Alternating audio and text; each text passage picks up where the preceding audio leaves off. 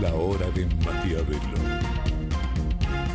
Para conocer a los que están detrás del poder. La hora de Maquiavelo.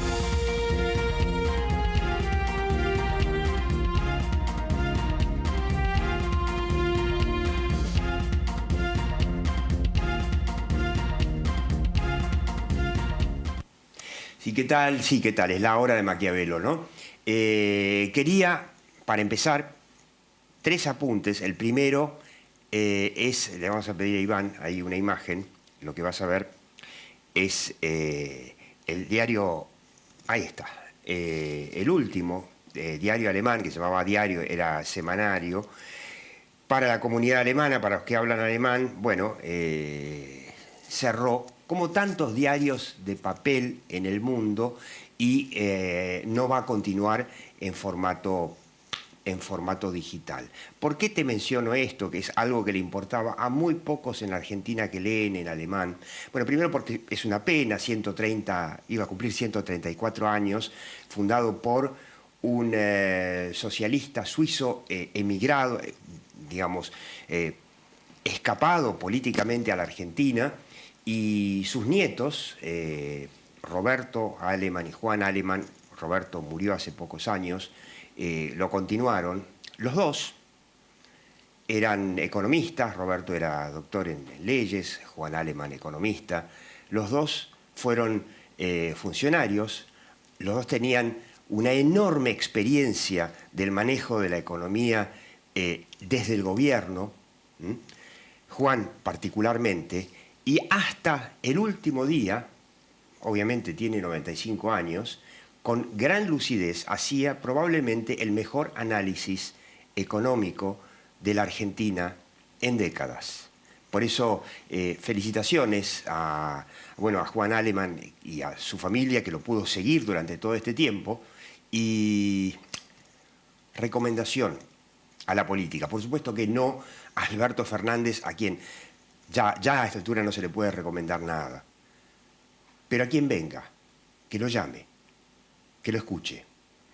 Nadie tiene un conocimiento de la economía argentina y del funcionamiento del Estado y del desastre que es el Estado argentino como Juan Alemann. Bien, este es el tercer programa del año y primer programa con un mea culpa, con un pedido de disculpas. Quiero que lo escuches a Carlos Fara, repaso del programa pasado. ¿Esta elección realmente va a ser diferente o vos crees que los políticos van a hacer lo que en inglés se llama business as usual? Es más probable, digamos, que hagan, yo te diría, como lo usual, porque tampoco es tan sencillo encontrarle solución al contexto, digamos, que se enfrenta, ¿no? Digo, para ser justos, ¿no? Bueno, disculpas, perdón. Si te dije que estaban los políticos redactando un nuevo manual de comunicación política, bueno, por lo menos falta todavía, pero por ahora me vengo equivocando, ¿no?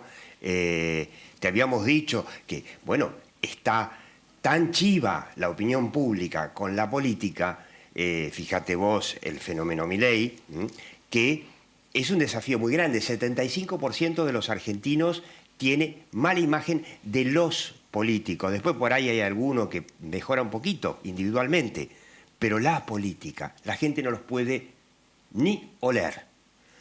Quiero que veas uno de los tantos ejemplos que vimos esta semana, a ver si lo tiene Iván por ahí. Ahí lo tenemos, a Horacio Rodríguez Larreta, Gerardo Morales, Martín Lustó y el Colo Santilli haciendo una foto de, creo que esto no sé dónde fue, en algún lugar en la costa, imitación de los Beatles.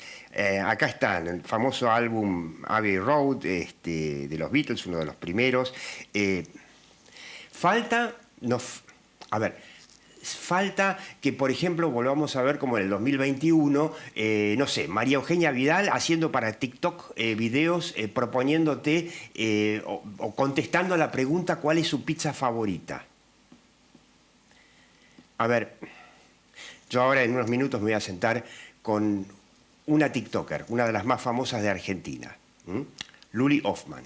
Y le voy a preguntar, ¿cómo llega eso a los chicos?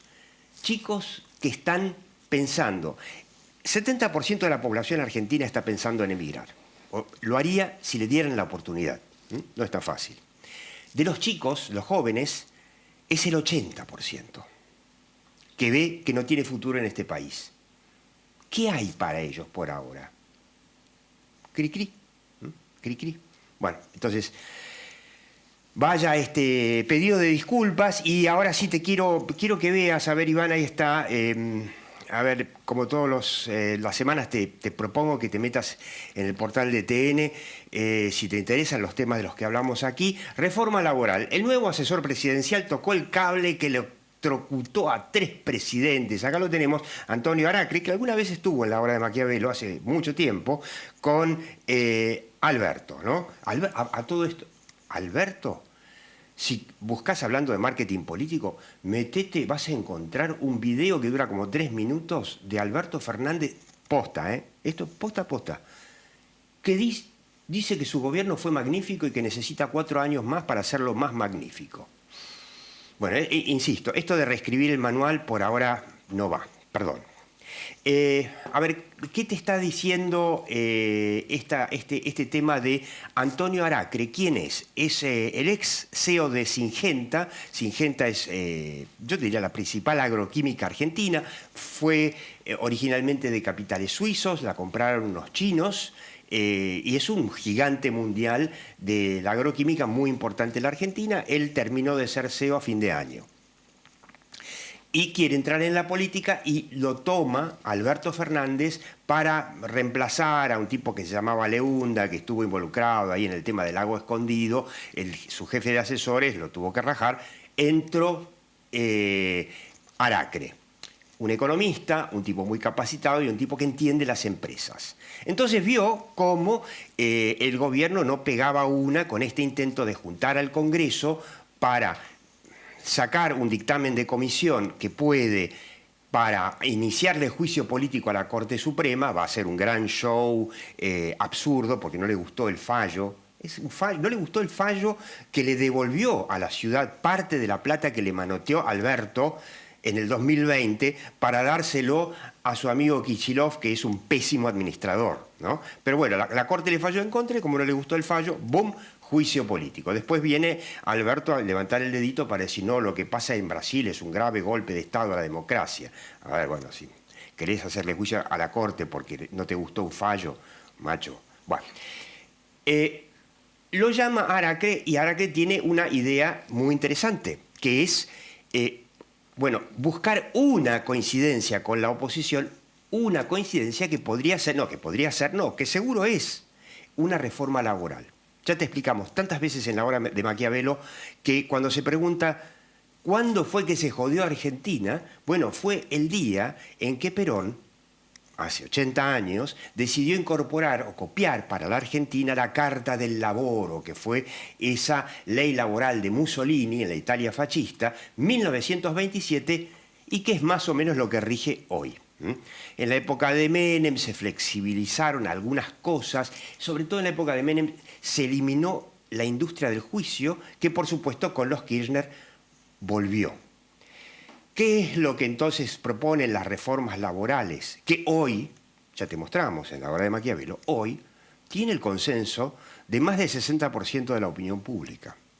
Y explicando un poquito lo que no hizo hasta ahora ninguno, bueno, ese consenso podría llegar a mucho más. Por supuesto que se oponen los piqueteros, que perderían, o sea, si los planeros hoy se convierten en laburantes, pierden el negocio los piqueteros.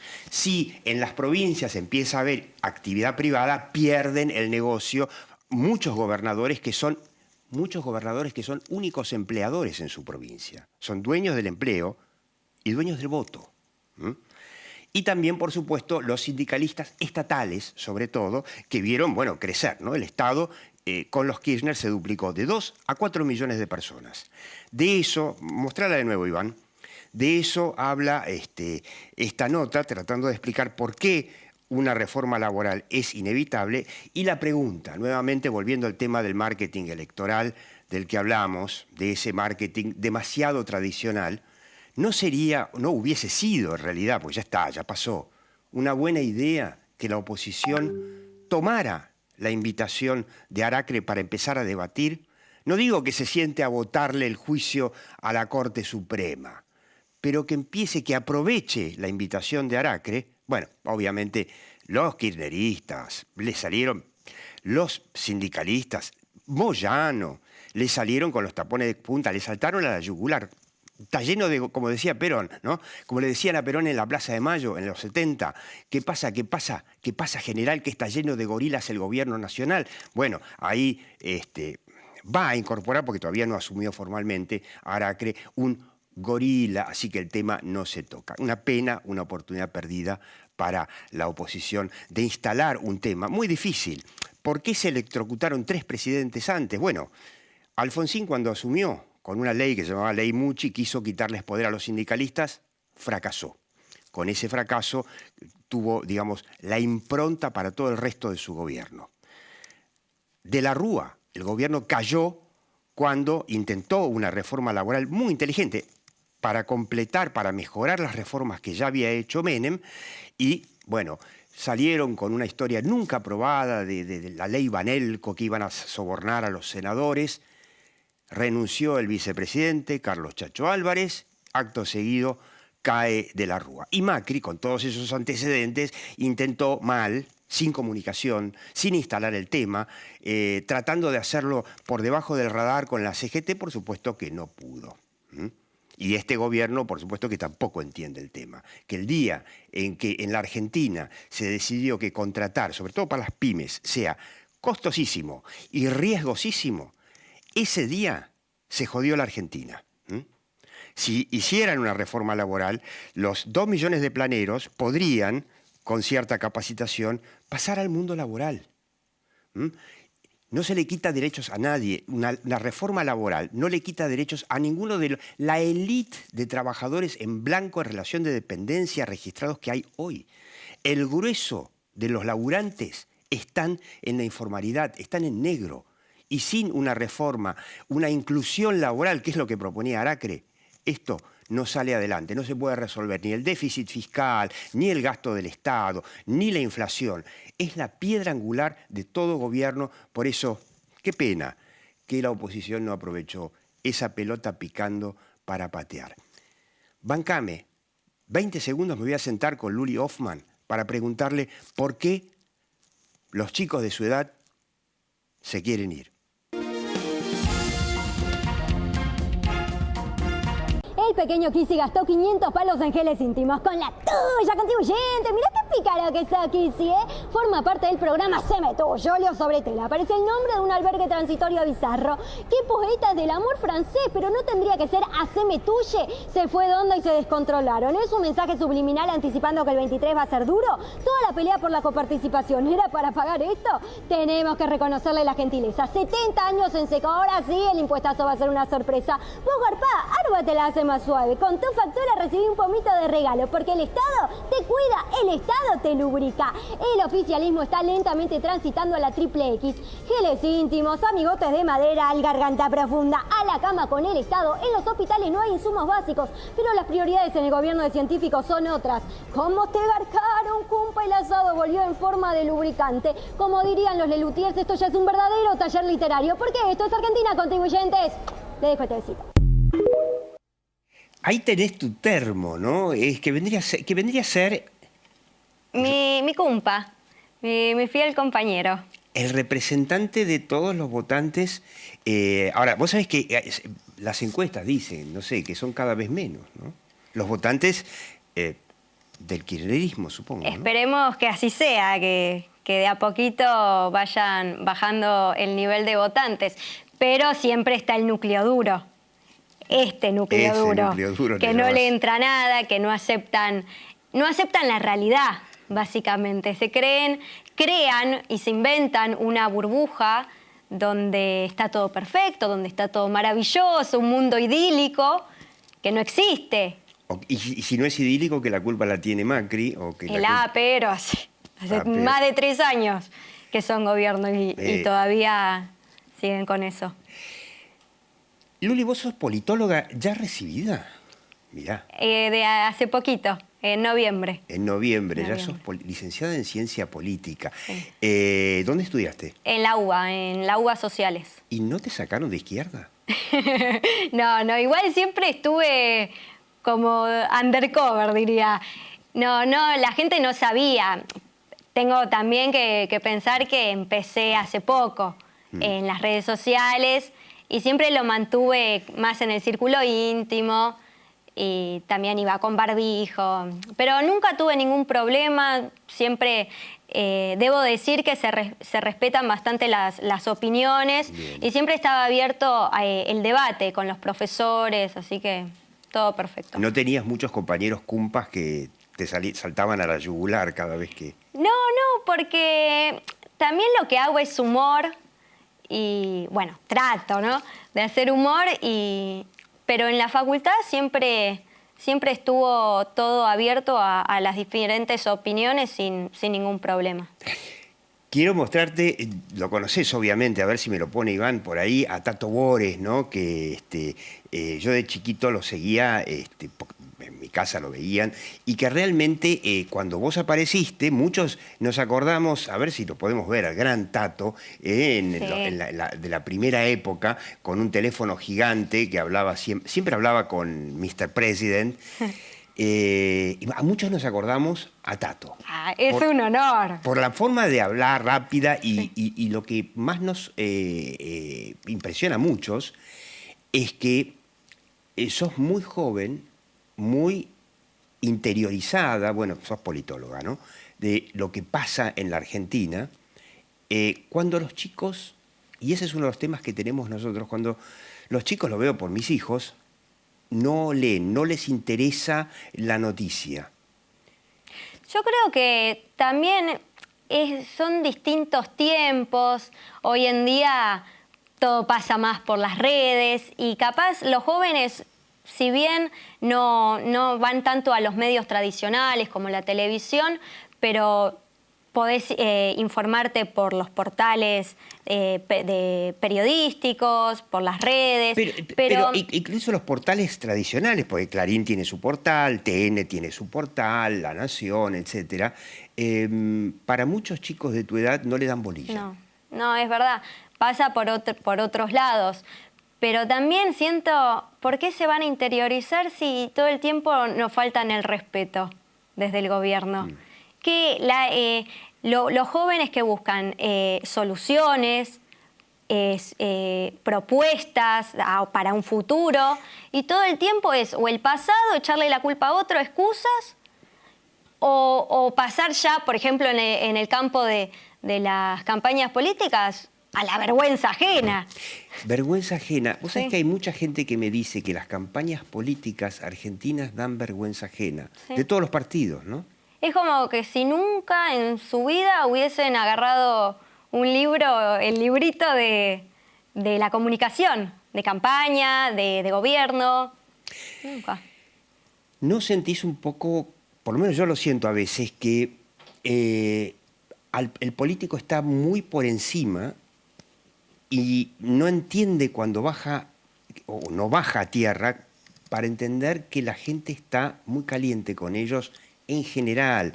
Después, es cierto, el kirchnerismo en las encuestas está dando mal, los compañeros de tu termo hoy están dando 25%, un Milei que está dando un 20% y un Juntos por el Cambio que depende de qué encuesta te está dando entre 30 y 35%. Quiere decir que hay intención de voto a alguien porque hay que votar, pero cuando le preguntás a todos ¿qué opinas de los políticos? 75% de bronca. Claro, no, un sentimiento negativo. Por lo que te decía, no dan soluciones. Viven en otra, como en otra galaxia, en otra fase donde no leen las preocupaciones de la gente. A un joven, por ejemplo, yendo a esto de las redes sociales, no le importa ver a un político haciendo el challenge de TikTok, respondiendo preguntas tontas. No ¿Podemos hacer replay de eso? No le interesa haciendo el challenge de TikTok. Sí.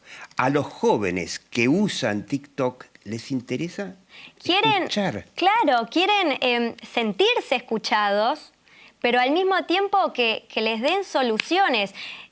Como decías antes, los jóvenes que se quieren ir, quieren escuchar en ese video que le den una propuesta, previsibilidad, seguridad, estabilidad. Por eso se van del país los jóvenes. Claro, esa es la gran pregunta.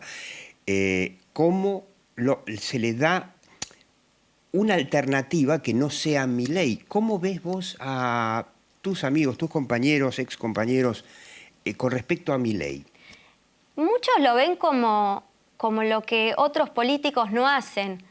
Siendo totalmente objetiva, yo estuve viendo las redes, por ejemplo, de Spert y de Milei, que buscan explicar, por ejemplo, Milei cuando daba las clases de economía, Spert en sus redes te explica en un lenguaje que sea accesible, en un idioma que todos podamos entender sin irte a lo tan académico. Por ejemplo, qué es la inflación, cómo combatir la inflación y todos los problemas económicos crónicos que tenemos desde hace décadas y décadas. Entonces, por eso yo creo que una gran proporción de los jóvenes ven en Milei o en los que son más outsiders la respuesta. Ahora hay que ver cómo se implementa, porque también pintan un mundo, soluciones como excelentes, idílicas. Claro, la pregunta es, aplican? se plantean que, por ejemplo, yo por lo que vengo leyendo, ahora en febrero, 12 de febrero, hay PASO en La Pampa que prácticamente inaugura el calendario electoral 23. La primera PASO, y por lo que yo veo, Milei no está presentando a nadie. O sea, el Avanza Libertad, o ¿cómo era? Uno se llama La Libertad Avanza. Avanza y Avanza, claro, Spert y... Marean, chicos, marean. No presenta candidatos, con lo cual la pregunta es, bueno, ¿cómo va a gobernar si llega a ganar la presidencial? Que podría, no creo, pero podría, ¿no? Ahora, estuvo acá Jaime Durán Barba hace muchos años y cuando asumió Macri yo le pregunté, bueno, ¿pero Macri va a explicar? Y la respuesta de Durán Barba era, a nadie le interesan escuchar planes económicos, a nadie. A todos nos interesa escuchar planes económicos. Bueno, Alberto no tiene un plan económico y él mismo lo dijo. Alberto no fue honesto en el sentido de que él de entrada dijo, a mí no me gustan los planes económicos. Así le fue, así le fue. Pero bueno, todo, pero ¿no? fue honesto por lo menos. Sí. Bueno, pero está mal, tendría que tener un plan económico. Pero también, volviendo a Macri, yo creo que un gran error fue su comunicación. Él el primer día tendría que haber, cuando ingresó a la casa, por ejemplo, si no a las sesiones ordinarias, o el primer día.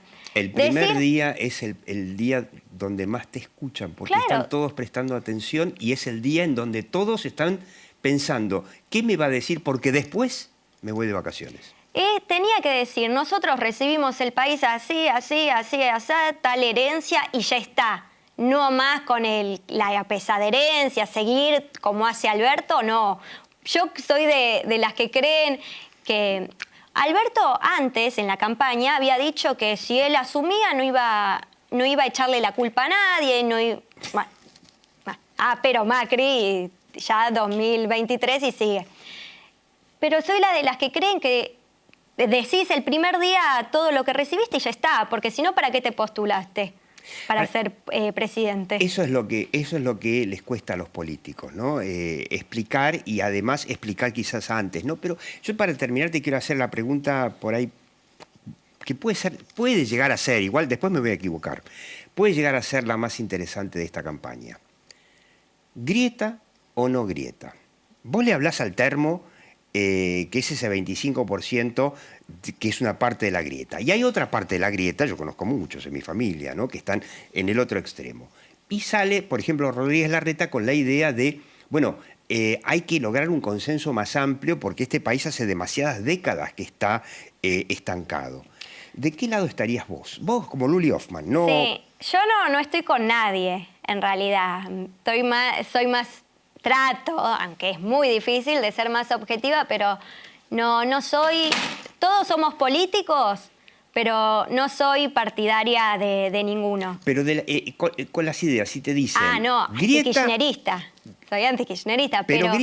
Pero antikirchnerista, ok, pero propuesta. ¿Grieta o no grieta? No, yo soy partidaria de... ¿Con quién vas a consensuar? ¿Con quienes les querían hacer un golpe, los que tiraron 14 toneladas de piedra? ¿Con eso se puede consensuar? Okay, ¿Con los que se robaron las vacunas? ¿Con los que todos los días se nos ríen en la cara? Yo no creo consensuar y buscar diálogo con ellos. Bien, Luli Hoffman, ¿quedó clarito esa propuesta de superar la grieta de los pactos de la Moncloa? Va a ser muy difícil. Luli, muchas gracias. Seguí viendo La Hora de Maquiavelo.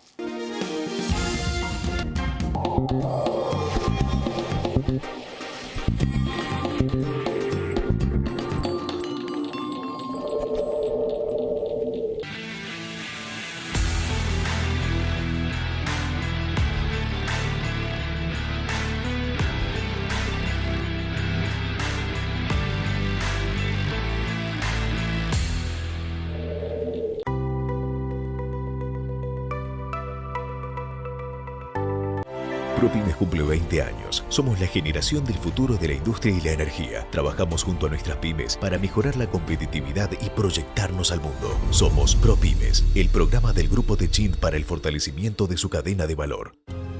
Me noté en Codo a Codo porque quise hacer un cambio de carrera. Me abrió las puertas para conseguir becas, para poder trabajar. Tu sueño puede ser tu realidad. Juntos, sigamos transformando la educación. Buenos Aires Ciudad.